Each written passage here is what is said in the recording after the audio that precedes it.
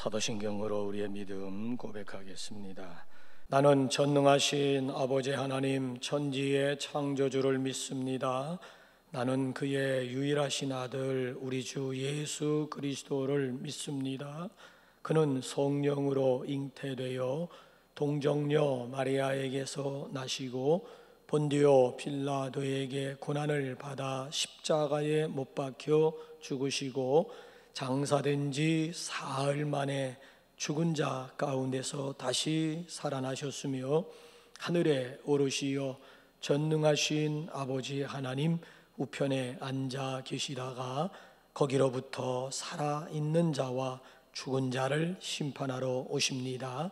나는 성령을 믿으며 거룩한 공교회와 성도의 교제와 죄를 용서받는 것과 몸의 부활과 영생을 믿습니다. 아멘. 찬송가 200장입니다. 찬송가 200장 찾으시거나 화면을 보시고 200장 찬양 드리겠습니다. 달고 묘한 그 말씀 생명의 말씀은 귀한 그 말씀 진실로 생명의 말씀이 나의 길과 믿음 밝히 보여주니 아름답고 귀한 말씀 생명샘이로다.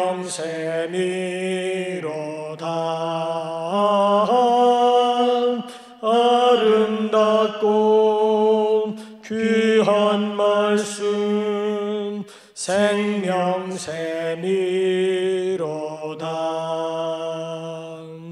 귀한 주님의 말씀은 내 노래 되도다. 모든 사람을 살리는 생명의 말씀은 값도 없이 받아 생명길을 가니 아름답고 귀한 말씀 생명샘이로다.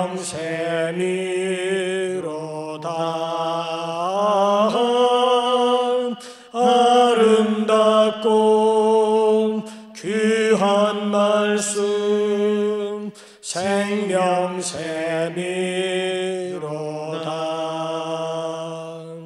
널리 울리어 퍼지는 생명의 말씀은 만매 용서와 평안은 골고루 주나니 다만 예수 말씀 듣고 복을 받는 아름답고 귀한 말씀 생명샘이로다.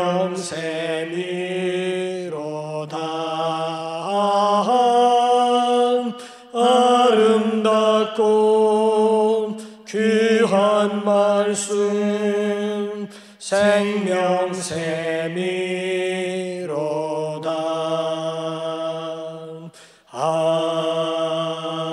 아멘. 어제 아침에 이어서 오늘은 역대상 13장 말씀이 오늘의 성경 일과가 되겠습니다. 구약 성경 역대상 13장 말씀을 우리 다 같이 한 목소리로 합독합니다. 다윗이 천부장과 백부장 곧 모든 지휘관과 더불어 의논하고 다윗이 이스라엘의 온 회중에게 이르되 만일 너희가 좋게 여기고 또 우리의 하나님 여호와께로 말미암았으면 우리가 이스라엘 온 땅에 남아있는 우리 형제와 또 초원에 딸린 성읍에 사는 제사장과 레위 사람에게 전령을 보내 그들을 우리에게로 모이게 하고 우리가 우리 하나님의 궤를 우리에게로 옮겨오자 사울 때에는 우리가 궤 앞에서 묻지 아니하였느니라 하매 뭇 백성의 눈이 이 일을 좋게 여김으로 온 회중이 그대로 행하겠다 한지라. 이에 다윗이 애굽의 시올 시내에서부터 하맛 어기까지 온 이스라엘을 불러 모으고 기럇 여아림에서부터 하나님의 궤를 메어 오고자 할세 다윗이 온 이스라엘을 거느리고 바알라 곧 유다에 속한 기럇 여아림에 올라가서 여호와 하나님의 궤를 메어 오려 하니 이는 여호와께서 두 그룹 사이에 계심으로 그러한 이름으로 일컬음을 받았더라. 하나님의 궤를 새 수레에 싣고 아비나답의 집에서 나오는데 우사와 아히오는 수레를 몰며 다윗과 이스라엘 온 무리는 하나님 앞에서 힘을 다하여 뛰놀며 노래하며 수금과 비파와 소고와 재금과 나팔로 연주하니라. 기도원의 타작 마당에 이르러서는 소들이 뛰므로 우사가 손을 펴서 궤를 붙들었더니 우사가 손을 펴서 궤를 붙듦으로 말미암아 여호와께서 진노하사 치심에 그가 거기 하나님 앞에서 죽으니라. 여호와께서 우사의 몸을 찢으셨으므로 다윗이 노하여 그곳을 베레스 우사라 부르니 그 이름이 오늘까지 이르니라. 그날에 다윗이 하나님을 두려워하여 이르되 내가 어떻게 하나님의 궤를 내 곳으로 오게 하리요 하고 다윗이 궤를 옮겨 자기가 있는 다윗성으로 메어 드리지 못하고 그 대신 가드 사람 오벳 에돔의 집으로 메어 가니라. 하나님의 궤가 오벳 에돔의 집에서 그의 가족과 함께 석 달을 있으니라. 여호와께서 오벳 에돔의 집과 그의 모든 소유에 복을 내리셨더라. 아멘. 우리는 지금까지 2시간을 통해서 다윗의 즉위로 이스라엘이 점점 안정을 되찾아가고 있음에 대해서 확인을 하게 되었습니다. 자, 이제 13장은 사회적으로 안정된 이스라엘의 관심이 어디로 향하고 있는가를 보여주고 있지요. 자, 이스라엘의 관심이 여호와 신앙으로 집중하고 있음을 보게 됩니다. 여호와의 궤를 예루살렘으로 모셔오고자 했습니다. 자, 여호와의 궤를 예루살렘으로 모셔오고자 하는 목적이 무엇이었을까요? 우리 한번 3절 한번 다시 한번 읽어볼까요? 시작.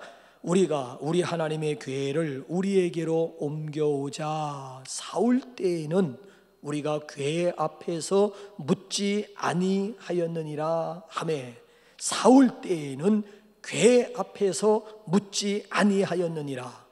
그러니까 실패의 원인을 여기서 찾은 거예요. 여호와께 묻지 않았다라고 하는 것입니다. 즉 기도하지 않았다라고 하는 것입니다. 그러니까 이 다윗은 문제의 원인을 정확하게 진단을 했습니다.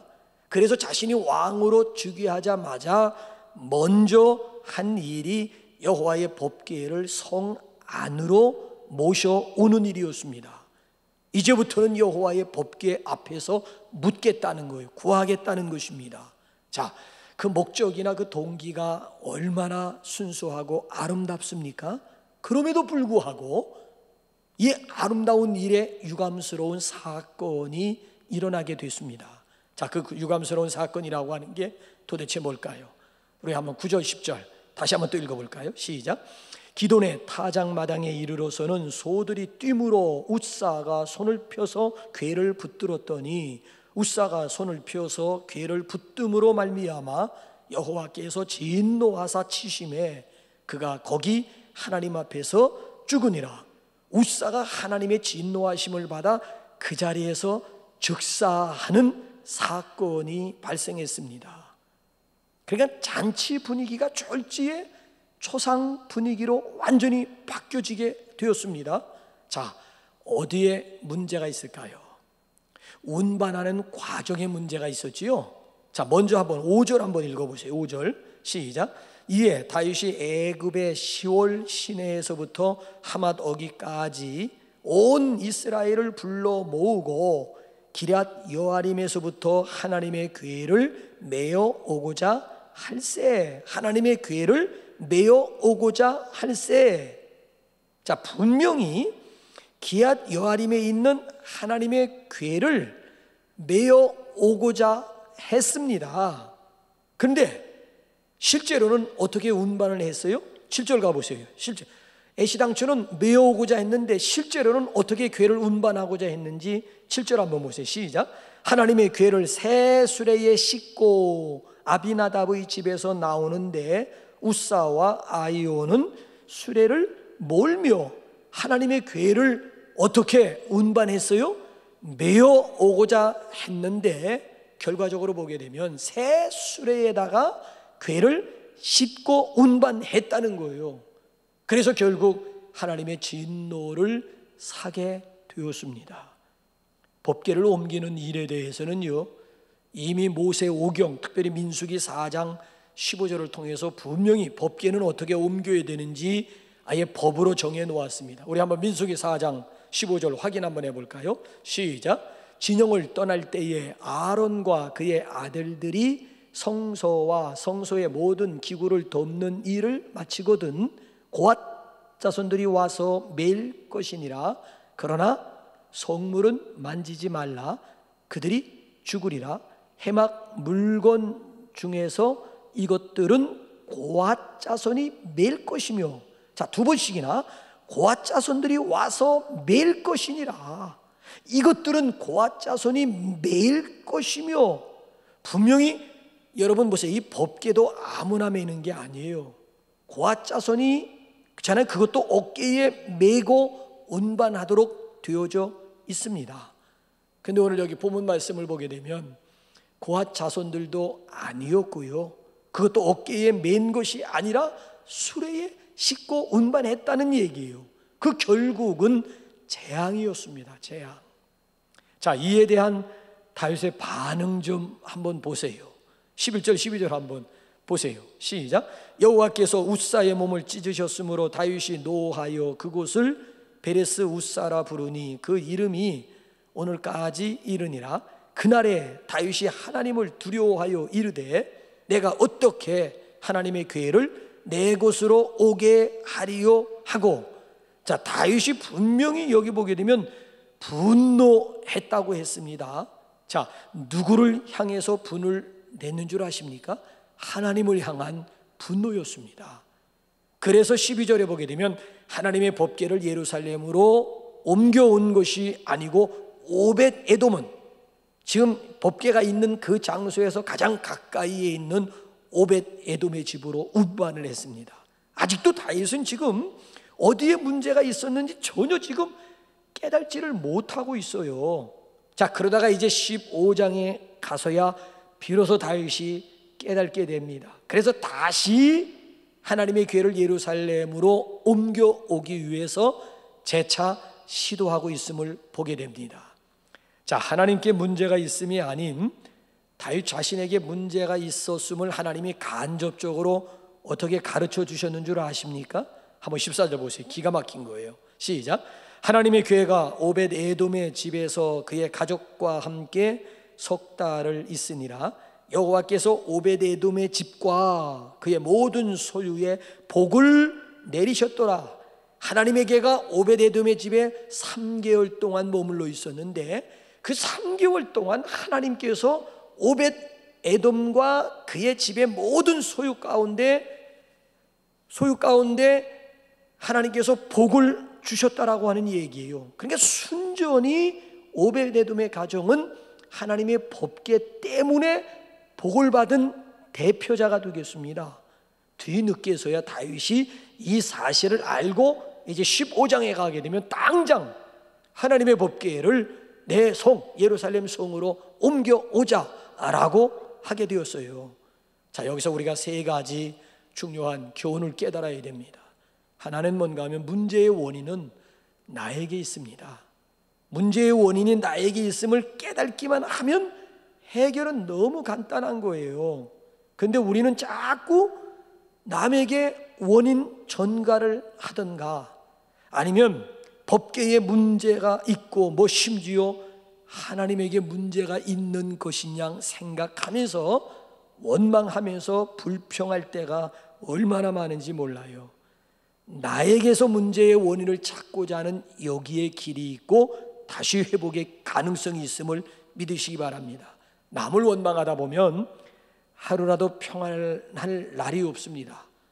그래서 나에게 문제가 있습니다.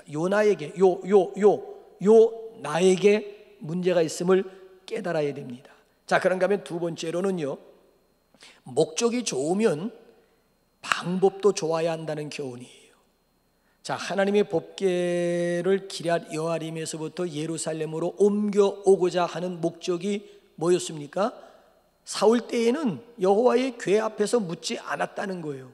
그래서 다윗은 여호와의 궤 앞에서 묻고자 기도하고자 하는 좋은 목적 가지고 하나님의 법궤를 옮기고자 했습니다. 그러면 방법도 좋아야 되는 거예요. 목적만 좋으면 방법과 과정은 문제가 되지 않는다. 어디서 많이 들어보셨지요? 이게 공산주의 방법이에요. 결과가 방법을 정당화한다라고 하는 것은 공산주의 이론입니다. 이건 마귀적이라니까요. 여러분, 마귀가 예수님을 시험할 때 가만히 보세요. 시장하신 예수님을 향해서 돌로 떡을 만들어 먹으라는 거예요. 결과적으로 배만 채우면 되지 않느냐, 목적만 성취하면 되지 않느냐, 과정이야. 불을 떼고 밥을 쥐었건 아니면 돌 가지고 밥을 만들었든지 간에 그거 문제하지 말고 결과적으로 배만 채우면 되는 것 아니냐. 이게 마귀적인 그런 방법이었습니다. 그래서 그 마귀적인 방법 가운데서 나온 말이 뭔 줄 아십니까? 개처럼 벌어서 정승처럼 쓰라고 하는 말이에요. 개처럼 벌어가지고 쓸 때는 정승처럼 쓰면 되지 않겠느냐. 여러분 어떻게 생각하십니까? 아니요. 개처럼 벌어 정승처럼 쓰는 게 아니고 우리 그리스도인들은 정승처럼 벌어서 정승처럼 써야 되는 거예요. 엄격한 의미에서 우리 그리스도인들에게는 결과가 그렇게 중요한 건 아닙니다. 동기가 중요해요. 과정이 중요해요. 자세가 중요해요. 결과야 2달란트 받은 종이나 5달란트 받은 종이나 결과가 다 똑같은데 하나님은 결과에 치중하시는 하나님이 아니고 어떤 동기, 어떤 목적으로 이 일을 시작하고 어떤 자세 가지고 이 일을 행하느냐, 성실성을 묻고 있는 거예요. 그래서 오늘도 우리가 하나님 앞에 기도할 때에 주여 좋은 목적에 좋은 방법을 나에게 주소서, 하나님 앞에 지혜를 구하는 저와 여러분들이 되시기 바랍니다. 마지막 세 번째 교훈은 참으로 복받는 비결이 어디에 있는가를 이 사건을 통해서 우리에게 보여주었습니다.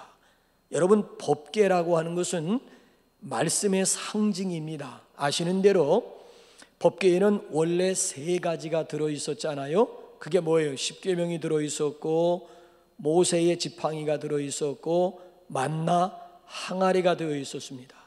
그런데 세월과 함께 2가지가 없어졌습니다. 모세의 지팡이도 없어졌고 만나 항아리도 없어졌습니다.